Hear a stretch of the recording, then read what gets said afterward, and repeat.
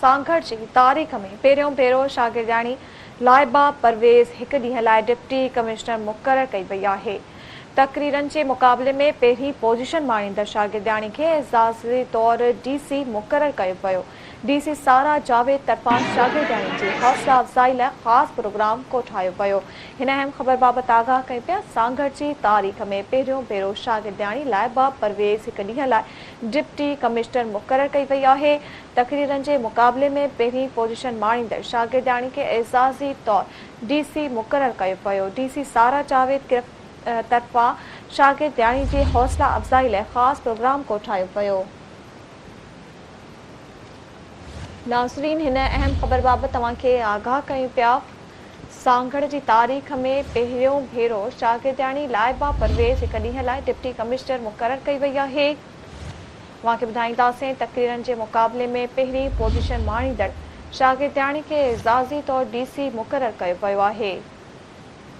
डीसी सारा जावेद तरफ़ां शागिर्दियाणी जी हौसला अफ़ज़ाई लाइ ख़ासि प्रोग्राम कोठायो वियो।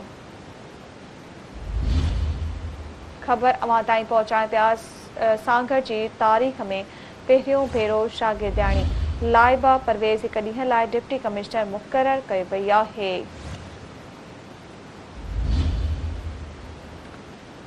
तक़रीरनि जे मुक़ाबले में पहिरीं पोज़ीशन माणींदड़ शागिर्दियाणी खे एज़ाज़ी तौरु डीसी मुक़ररु कयो वियो। नाज़रीन, डीसी सारा जावेद तरफ़ां शागिर्दियाणी जी हौसला अफ़ज़ाई लाइ ख़ासि प्रोग्राम कोठायो वियो। ख़बर अवां ताईं पहुचायूं पिया। सांगड़ जी तारीख़ में पहिरियों भेरो शागिर्दियाणी लाइबा परवेज़ हिकु ॾींहं लाइ डिप्टी कमिश्नर मुक़ररु कई वई आहे।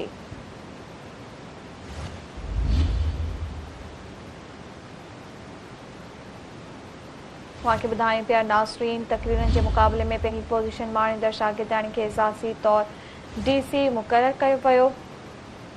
डीसी सारा जावेद तरफ़ां शागिर्दियाणी जी हौसला अफ़ज़ाई लाइ ख़ासि प्रोग्राम कोठायो वियो। नाज़रीन, सांगड़ जी तारीख़ में पहिरियों भेरो शागिर्दियाणी लाइबा परवेज़ हिकु ॾींहं लाइ डिप्टी कमिश्नर मुक़ररु कई वई आहे।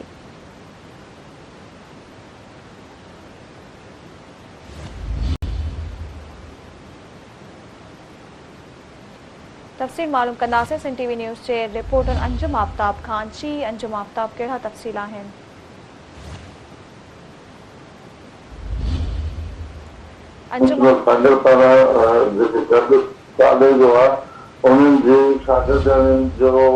तक़रीरनि मुक़ाबिलो करायो, उन्हनि चयो त जेको बि पहिरीं पोज़ीशन हासिल कंदो त उनखे हिकु ॾींहं जो डीसी बणायो वेंदो, जंहिंमें हिकु शागिर्दियाणी लाइबा जेका तक़रीर में पहिरियों नंबर आई, जंहिंखे अॼु हिकु ॾींहं जो डिप्टी कमिश्नर सांगड़ बणायो वियो, जंहिंखे मुख़्तलिफ़ खातनि जा विज़िट कराया विया, कंहिंजी स्कूल जो विज़िट करायो वियो, कंहिं हॉस्पिटल जो करायो वियो, SP ऑफिस जो विज़िट करायो वियो, उन समेत ॿियनि शोबनि जा बि विज़िट कराया विया ऐं उनखे आगाही बि ॾिनी वई ऐं उनखे सॼी बाबति ॿुधायो पियो त हुन दौरान डिप्टी कमिश्नर सांगड़ ॿुधायो त असां ॿारनि खे हौसला अफ़ज़ाई लाइ इहे प्रोग्राम करायूं था जिसकी ॿारनि खे अॻिते तरक़ी करे सघनि।